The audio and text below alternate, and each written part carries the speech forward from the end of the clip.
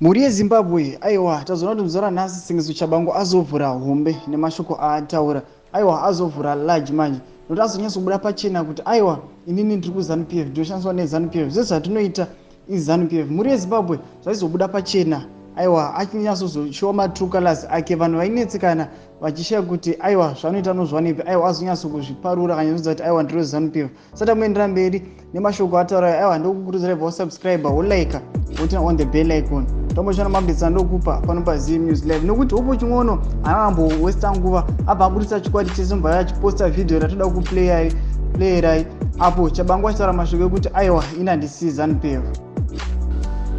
He is more ZANU than I. If you say he's more ZANU than you, are you saying you've got a part of ZANU in you?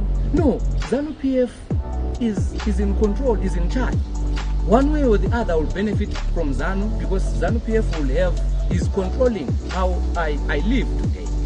ZANU PF gazettes the minimum wage. ZANU PF, the economy of Zimbabwe is where it is because of ZANU PF. So one way or the other, I will still live around ZANU PF.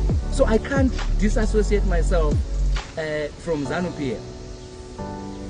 The food that we eat, the shelves, the tenders that are being given to import maize, it's ZANU PF. So one way or the other, I will eat food which is being sponsored by ZANU. Saka muri yeZimbabwe ndo mashoko ataukwa nasengezo Tshabangu ayo aiwa chimbotudza mafungiro ako pina mukome section mako umbotudza kuti unodii pamusoro mashoko ataukwa nasengezo Tshabangu achiti aiwa I'm the ZANU PF handingambosii ZANU PF inini ndinoshanda neZANU PF aiwa pina mukome section medu tudze mafungiro ako saka no subscribe kulike soto tina on the bell icon tamuchana mabdesa ndokupa pano paZim News Live.